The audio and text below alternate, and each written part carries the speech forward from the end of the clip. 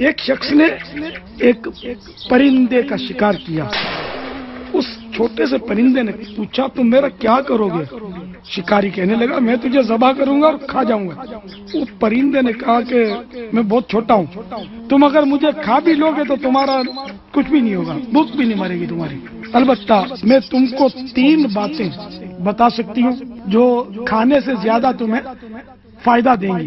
پہلی بات تو میں تمہارے ہاتھ میں ہی بتا دوں گی، جبکہ دوسری بات اس وقت بتاؤں گی جب تم مجھے چھوڑو گے اور میں درخت پر جا کر بیٹھ جاؤں گی، اور پھر اس کے بعد تیسری بات اس وقت بتاؤں گی جب میں پہاڑ پر ہوں گی. تو اس شخص نے کہا پہلی بات بتاؤ. اس پرندے نے کہا گزری ہوئی بات پر افسوس نہ کرنا. اس نے اسے چھوڑ دیا.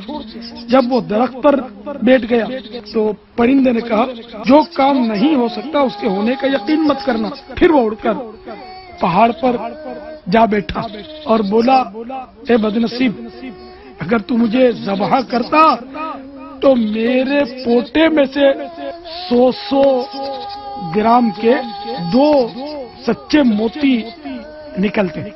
یہ سن کر شکاری افسوس ملتے ہوئے کہنے لگا ہائے اب کیا ہوگا، اب مزید کچھ بتا.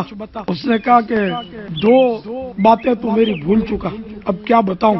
کیا میں نے تجھے نہیں کہا تھا کہ جو کچھ ہاتھوں سے نکل جائے اس پر افسوس نہ کرنا، اور جو کچھ نہیں ہو سکتا اس کے ہونے کا یقین مت کرنا؟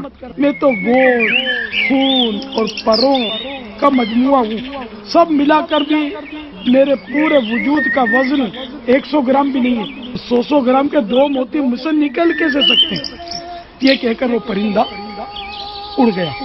امام غزالی علیہ رحمۃ اللہ الوادی نے یہ حکایت نقل کی ہے، اور میں نے اس میں کچھ الفاظ میں تبدیلی بھی کی، اور آپ نے یہ اس کے ذریعے درس دیا کہ یہ انسان کے انتہائی لالچی ہونے کی مثال ہے، اور یہ لالچ حق کی پہچان سے اندھا کر دیتی ہے، حتیٰ کہ لالچی انسان ناممکن کو بھی ممکن سمجھنے لگتا ہے.